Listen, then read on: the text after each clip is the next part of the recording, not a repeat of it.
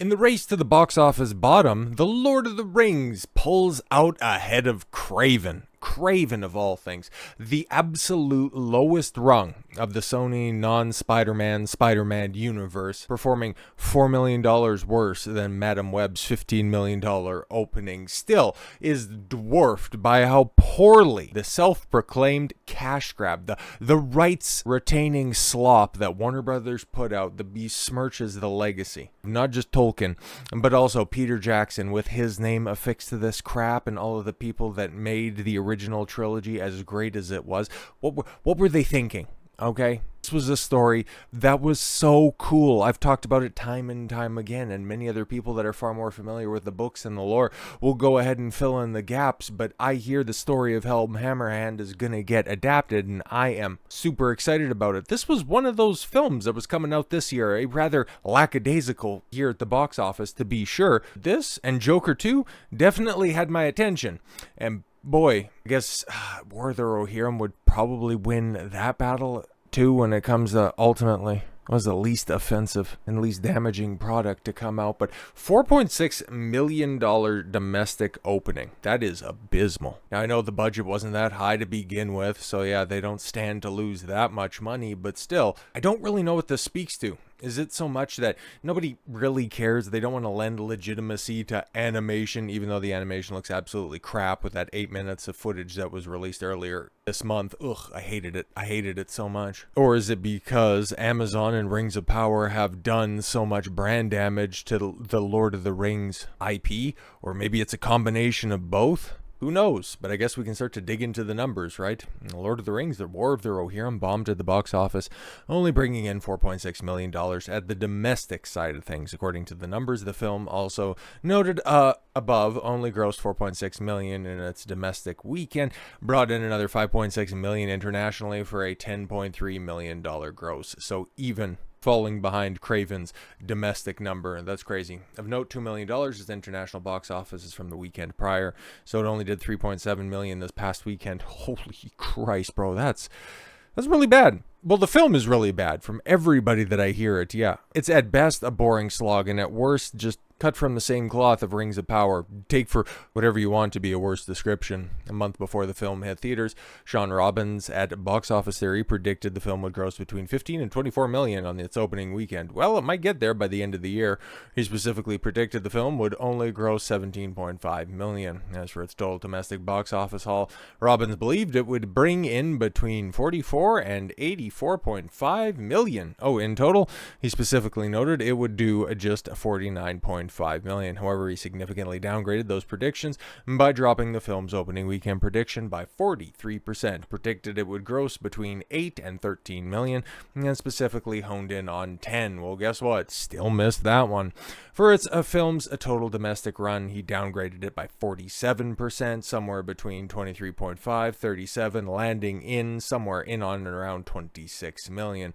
Just ahead of the film's release, he lowered those predictions even more, and then eventually, cozied up to something close enough between 4 and 8 million, and specifically 5.2 million, which was still a little high.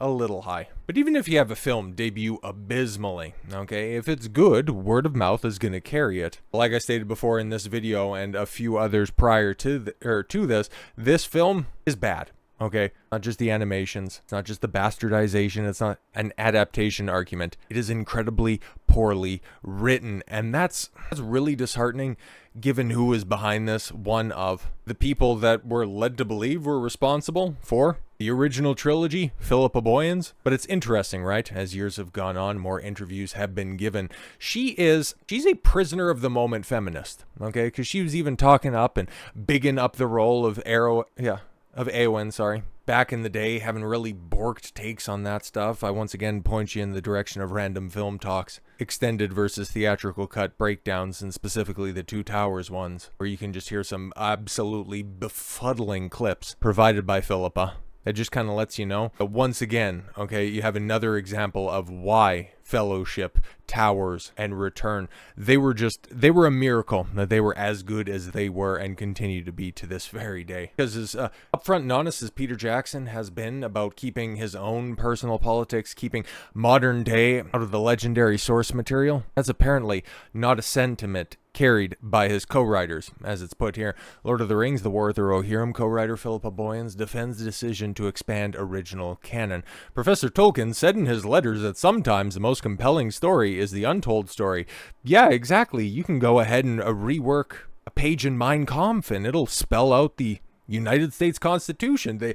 It's in there if you're looking hard enough. Like, what are you even doing? So stupid. And yeah, I'll give you the benefit of the doubt on this, okay? Sometimes the most compelling story is the untold story. Yeah, of course, you could tell a great story. There's no reason that this couldn't have been a great story, but it isn't. You screwed up massively. And now, I was already not excited for Hunt for Gollum. Who's gonna hop on this already burning bandwagon? Going up with the Harfoots as they travel around to find the Shire in Rings of Power Season 3. God damn it, that's going to be terrible. In the opinion of longtime Lord of the Rings silver screen scribe Philippa Boyens, the decision to expand J.R.R. Tolkien's original writings for the new anime-inspired film. And anime's a type of animation, okay? It's an animation style specifically out of Japan. So this is just, once again, Hollywood learning all the dumbest lessons. It's like, oh, that anime stuff's popular. We should do the anime. It's like, well, you can't do the anime because you know what else makes anime very popular?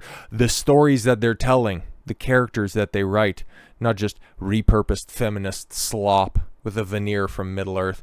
The decision to expand Tolkien's original writings, the anime-inspired film, The War of the Rohirrim, was inspired by the legendary author's own opinions. Oh, see, you can't be mad at us because, see, Tolkien wrote it. You wouldn't disagree with Tolkien. Yeah, I would. If I take your recantations at face value, I definitely am. Said about 200 years before the events of the core, Lord of the Rings trilogy, The War of the Rohirrim focuses on a story on Hera, stubborn daughter of King Helm Hammerhand of Rohan, and she and her father work together. Well, he's the inspiration for him to do everything, lead their peoples, standing up against King Wolf of the Dundanlings. Yes, directed by Blade Runner, Black Lotus co-director Kenji Kamiyama, somebody who's apparently quite talented, actually.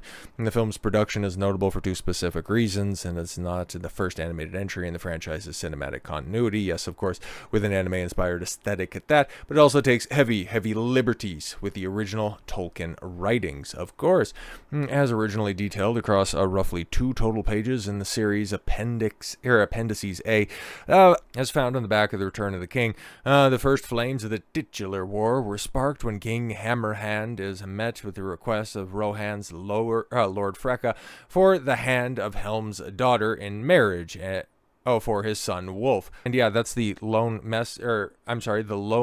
reference to who would now be referred to as Hera because she wasn't named in the books. You have grown big since you were last here, the king declares of Freka, as he's pictured right there, and yep, he's a big fat bastard, and then goes outside and gets killed a single punch from the king, leading to this war. In the aftermath of the scuttle, King Hammerhand declares that Lord Freka's entire bloodline are now enemies of the kingdom, to which the fallen lord's entourage responds by turning tail and fleeing to the west. And yeah, if you were just to simply adapt the story from there, things would be fantastic. But no. Where do the women come in? That's why, oh my god, I know they're gonna do it because Warner Brothers is an infinitely stupid company, and especially if they mess up that Harry Potter readaptation with the HBO TV series, you know they're gonna redo the Lord of the Rings trilogy. I don't want it. It's kind of like the same thing that Disney's eventually going to have to do with Star Wars. They're going to redo all of it. They're going to start with the prequels. They're going to run all the way through the OT because that's the only card that they have left. Once the Rey movie bombs, which we all know it well, the Mandalorian and Grogu film does worse than even they anticipate. I don't see that thing doing anything more than $350 million. They're going to go back and pervert the past. You know they will because that's what they've been good at. Same with Warner Brothers after the success of The Dark Knight. How many times have they gone back and desecrated the wider DC canon? How many different iterations of Batman have there been since the conclusion of the Dark Knight trilogy? They cannot leave well enough alone. And yeah, if it's ever announced, and even if Peter Jackson is forced at gunpoint to lend his credibility to that project, it will never be as good as the original. Thank God I can look down. Like whenever I'm looking down over here, I'm looking at my media shelf, and right there, I got my 4K of Lord of the Rings. So, you know, things are things are still going to be all right, even if everything else is crumbling down around us. But yes, as readers may have already surmised, perhaps the biggest difference between Tolkien and Warner Brothers' take on this conflict is the fact that King Hammerhand's daughter is both given an official name and plays a major part in the actual war itself, and according to the aforementioned Boyens, who most notably helped pen the screenplays for all three original Lord of the Rings films and the Hobbit trilogy. Yeah, exactly. You can see why there was one trilogy that has always just been a miracle for how great it was, and then the other is, well, the Hobbit trilogy. These changes to Tolkien's original writings were ultimately made in apparent deference rather, to the spirit of the author himself. Speaking of the film's development and production histories during the promotional interview with IGN, Boyens explained the decision to take what amounts to little more than a brief interlude and explain it into a full-blown cinematic tale stemmed from Tolkien's own writings. Professor Tolkien said in his letters that sometimes the most compelling story is the untold story, said Boyens, referencing the author's January 30th, 1954. Wow, coming up on the 80th anniversary of that. Holy Christ. Letter to his son Christopher. Yeah, the actual quote reads, imagine that. She reworked it to fit her own narrative. Big shock on that one. A story must be told, or there'll be no story. Yet it is this untold story that are most moving. Wow, imagine that. Somebody who is writing The Lord of the Rings, the wider scale of Middle-earth, as a history for the English people, as their original had been lost to the annals of time. He's talking about making sure that those stories are out there, that they are committed to memory, that they are committed to pen and paper, because the untold stories, those that have not been written, have not been documented, are in fact the most moving. And she perverts that to be, yeah, we could just go ahead and insert a girl boss where there wasn't one. Good stuff. Jumping off on his colleagues' points, Adult Swim executive and War of the Rohirrim producer Jason DeMarco. Those are two things that I never want to see together. Tolkien and Adult Swim. I could do without. We could tell a story within that that didn't change anything that Tolkien put down, but still fleshed it out and what it needed to be. You ostensibly changed the story of Helm Hammerhand to simply being inspired and forced to do everything that made him a legend to begin with because of his daughter. You changed it. So I think it was that I call back in a cool way to say that there are legends of many strong people, strong women who have done these things, or who may not be written in the histories, he argued, but that doesn't mean that they weren't exciting stories. Well, if they were exciting stories, you would think one of the most accomplished and legendary authors of all time would have told those, because what's the actual quote? A story must be told, or there'll be no story. So guess what? If it happened when he conceived of it, it would have been noted, but it wasn't, or rather it didn't, so it wasn't, so it fell to lesser minds to produce some slop that nobody's seen. So thank God. For as much canon-destroying nonsense as you guys did, it was seen by virtually no one.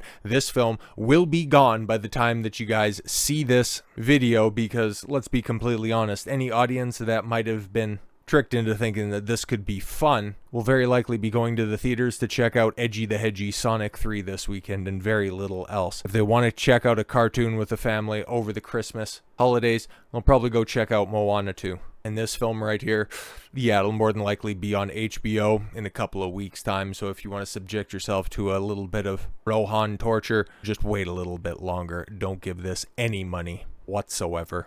So with all that said, thank you all very much for the gift of your time. I've been Don Consuelo. I want you to follow your gut and get after it. Take care, everyone.